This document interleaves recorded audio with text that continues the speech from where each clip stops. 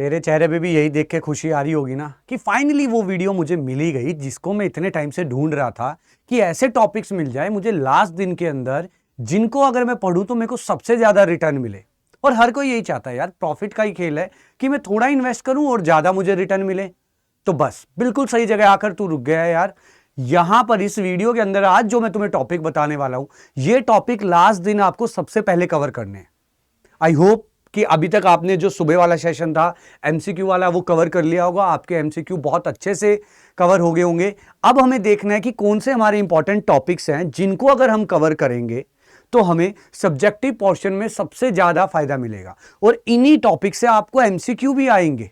तो घबराओ मत, सारे टॉपिक्स बहुत चुनिंदा किस्म के टॉपिक्स हैं जिनको चुन के तुम्हारे सामने लाया हूं। एकदम बिल्कुल हीरे डायमंड वाले टॉपिक है मेरे बेटा, तो ध्यान दियो जरा आज की वीडियो पे। और जैसे कि मैं हमेशा कहता हूं, हेलो दोस्तों, मैं विकास मान एक बार फिर से सबका स्वागत करता हूं आपके अपने यूट्यूब चैनल ह्यूमैनिटीज अड्डा पर। तो देखो फटाफट से स्टार्ट करते हैं। सबसे पहला जो हमारा टॉपिक आता है वो आता है, या मैं बात करूं चैप्टर की, तो ह्यूमन डेवलपमेंट। बहुत हाई रिटर्न टॉपिक है, बहुत हाई रिटर्न चैप्टर है और इसके अंदर बहुत मजेदार टॉपिक है और बहुत इजी टॉपिक है। सबसे पहले तो आपको इसकी डेफिनेशन ही कवर करनी है, यानी कि हर हाल में डेफिनेशन आपको पता होनी चाहिए ह्यूमन डेवलपमेंट की। उसके बाद आपको कंसेप्ट कवर करना है ग्रोथ वर्सेस डेवलपमेंट का, यानी कि क्वांटिटेटिव वर्सेस क्वालिटेटिव का। देन आपको एचडीआई की तीनों डायमेंशन देखनी है, health, education, access to resources. ये आपको पता होनी चाहिए, अगर आ गया आंसर तो क्या लिखना है। और उसके साथ आपको चारों पिलर पता होने चाहिए, equity, empowerment, sustainability and productivity. ये चीजें इस टॉपिक के अंदर, इस चैप्टर के अंदर सबसे ज्यादा इंटरेस्टिंग टॉपिक्स हैं और एग्जामिनर इन्हीं से आपसे क्वेश्चन पूछेगा। मन में अगर टेंशन हो, सर कॉम्पिटेंसी क्या होता है, कुछ नहीं होता कॉम्पिटेंसी। कॉम्पिटेंसी का मतलब आपका कंसेप्ट क्लियर है नहीं।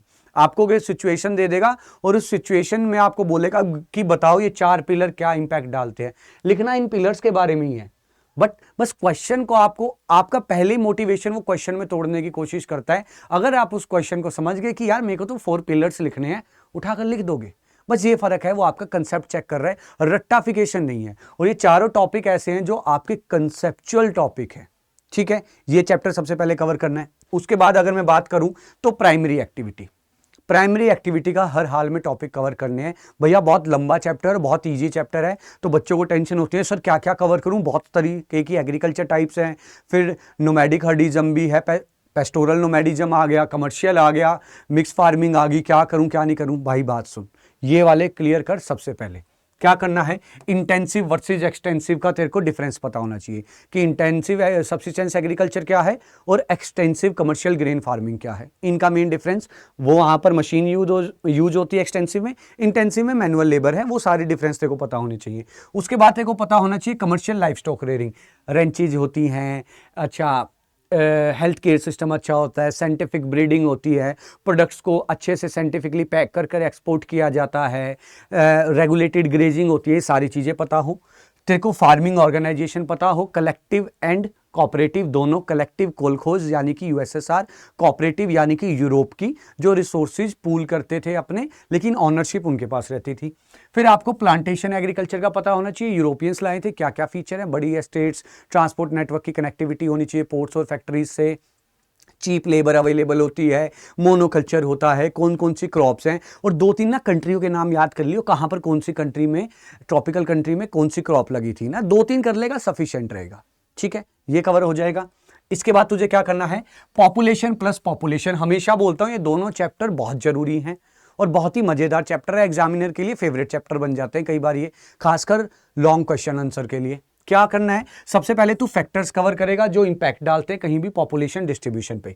उसके बाद तू करेगा DTT, demographic transition theory, stage 1, stage 2, stage 3, और प्रॉपर उसका डायग्राम बनाने की प्रैक्टिस कर लियो 2-3 बार, नीट एंड क्लीन। और पेंसिल को शार्प करके ले जाइयो, ऐसे मत ले जाइयो टूटी फूटी पेंसिल है वहां पर पता लगे कि पेंसिल नहीं मिल रही। अपना सामान ले जाइयो जरा, ताकि एग्जाम में ना तू खुद टाइम वेस्ट करे ना दूसरे को डिस्टर्ब करे।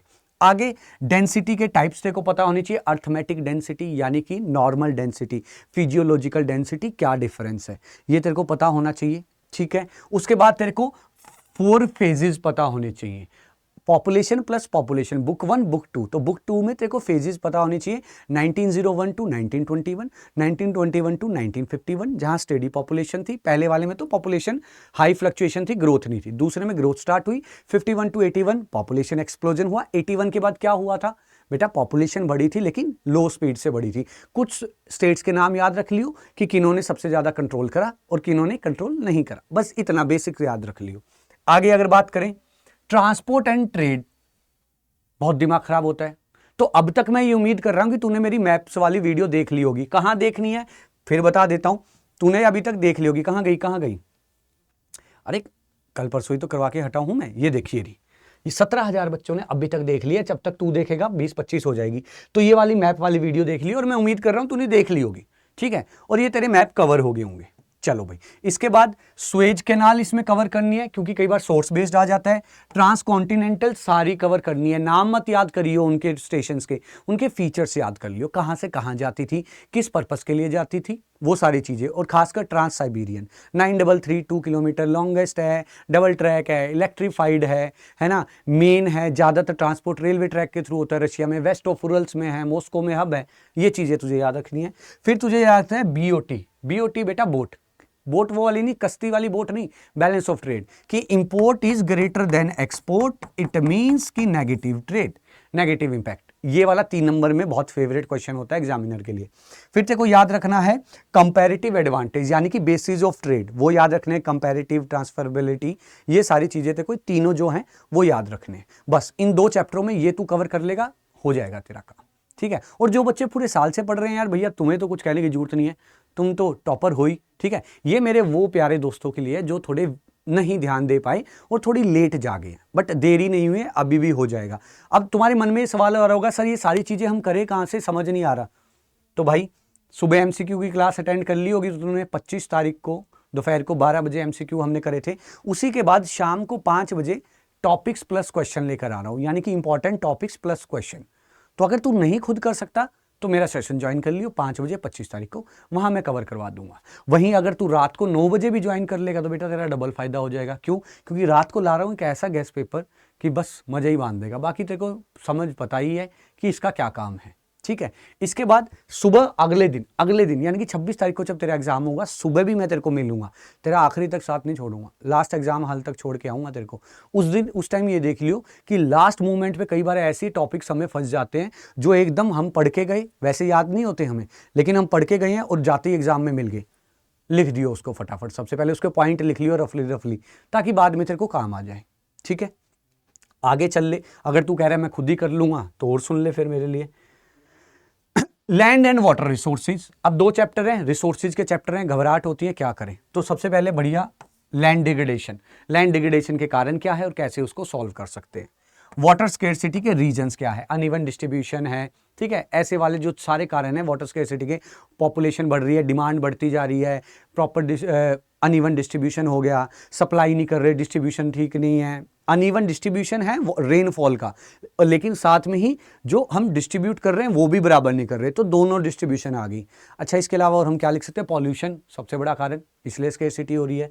एंड रेन वाटर और वाटर कंजर्वेशन यानी कि पानी को बचाने के तरीके, या तो वो रेन वाटर हार्वेस्टिंग हो सकती है, या वाटर शेड मैनेजमेंट होता है, या वाटर कंजर्वेशन, ये चीजें कवर कर लियो।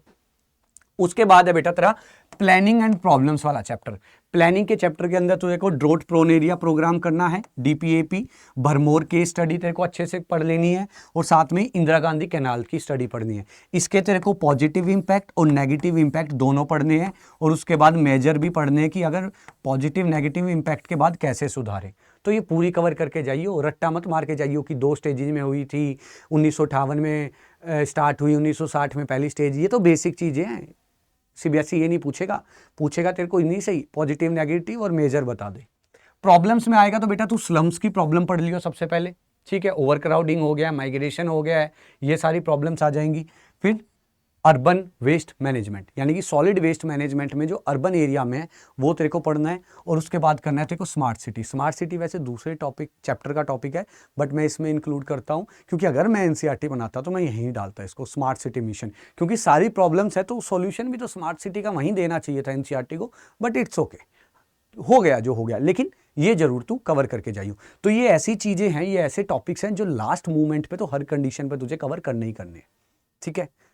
उम्मीद है मेरे को तेरे को सारी बातें समझ आ गई होगी जो मैं तेरे को बताई है। तो बस तू ये हर हाल में कवर कर ले, बाकी टेंशन मुझ पे छोड़ दे, क्योंकि मैं तो तेरे को पता ही है सेशन लेकर आ ही रहा हूँ, रेगुलर चल रहा हूँ और कल भी चलूंगा, यानी कि 26 तारीख की सुबह भी चलूंगा। और आज 25 तारीख को तू ये वीडियो देख रहा है, आज भी तो मैं चल ही रहा हूँ तेरे साथ। 12 बजे मैंने MCQ ले लिया, शाम को 5 बजे मैं ले लूंगा top 33 most of 80 topics and questions, मजेदार तरीके से। शाम को करेंगे गेस्ट पेपर रिवील हम अपना, तेरे को पता ही है उसका क्या काम है। और 26 की सुबह मैं तेरे साथ सुबह सुबह उठूंगा, तेरे को बहुत ही बढ़िया तरीके से कुछ ऐसे टॉपिक्स तेरे को समझा दूंगा जो एग्जाम में डायरेक्ट तेरे काम आ जाएंगे, ठीक है। अब फटाफट से दोपहर शाम के 5 बजे मेरे को तू मिल जाइयो, भूलियो मत, कहीं इंतजार करता रह जाए, दाएं बाएं चला जाए, तेरा इंतजार कर रहा हूँ मैं, ठीक है। चल बाय बाय।